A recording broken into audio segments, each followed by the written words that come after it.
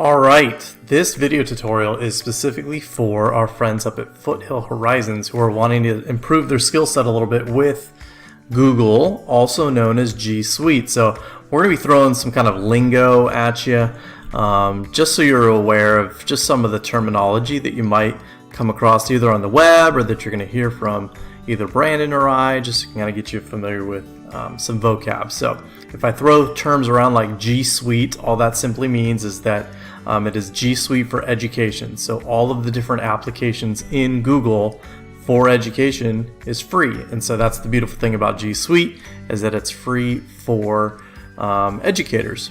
The difference compared to something that you might be familiar with is your own personal Google account. So like you might have a Gmail account or again, just a personal YouTube account. In fact, those two are connected, by the way. If you have a YouTube account, you've got a personal Google account, which a lot of people don't know. So that's one way you can kind of differentiate between G Suite, what we use for SCO, and then your personal, which is Gmail, maybe YouTube if you've set one of those up before. The really big difference is that in G Suite for Education through the County Office of Ed is that our accounts are unlimited. In other words, it will never fill up. It'll always be, there will always be storage for you to hold documents, music files, video files, all of that. And so that's a huge win for us in education, is that it will never fill up. Your personal side, obviously, different story. You get, I think, like 15 gigs is what they give you for free, and that fills up pretty quick. So just two little quick differentiations there between the educational account and then your personal side. Okay, so now what we're going to do is I figured that it would be kind of cool if we threw some challenges at you using what's called the Sco Badge Project. And Brandon and I, as well as Luke Hibbard when he was here at the county offices, we developed kind of a way to do professional development in just a unique way for educators to kind of show and demonstrate that they've got some type of skill, down, right? And we expect kind of our students to do the same thing. When we're teaching, we're wanting to model what we're expecting to see, and then they demonstrate it in some way, whether it be through an exam or a test or a project-based type of learning.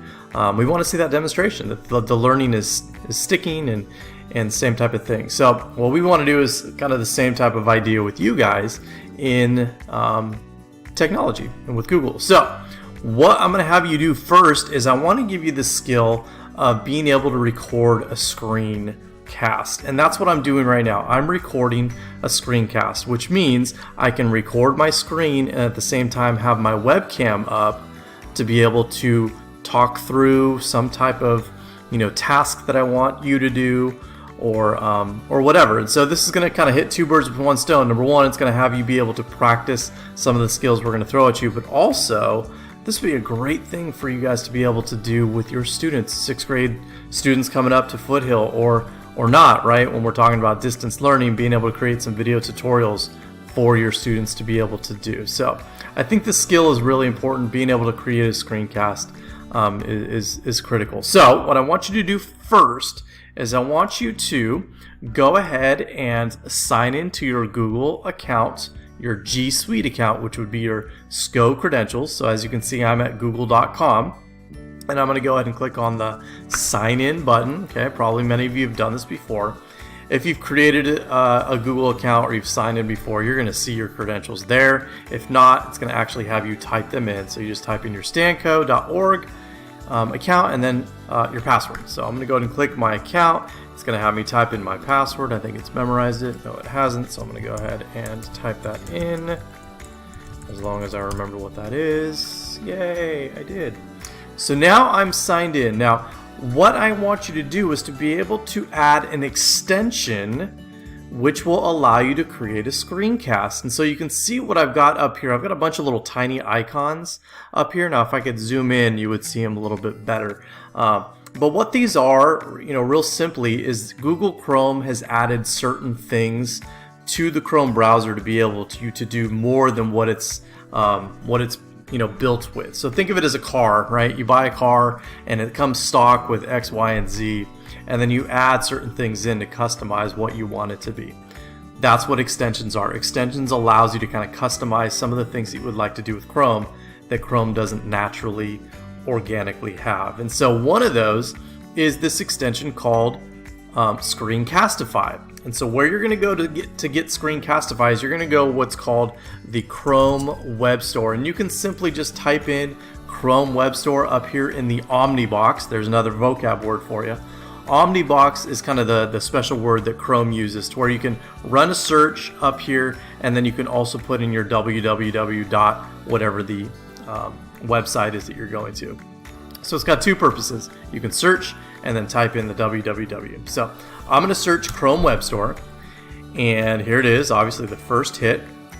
And you're going to go to, it's chrome.google.com is the actual website, and I'm going to run a search for Screencastify.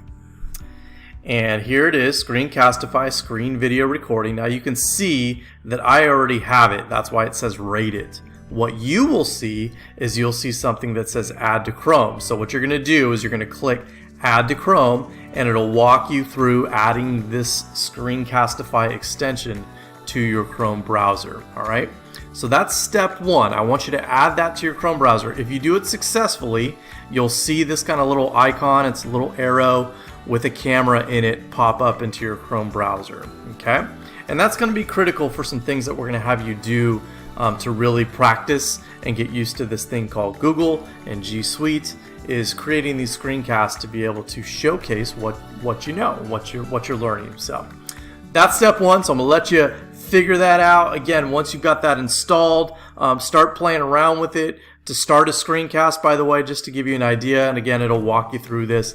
You click on the little arrow there for Screencastify. It's going to ask you, what do you want to record? I always recommend doing it on the desktop so it records anything that you do on your screen.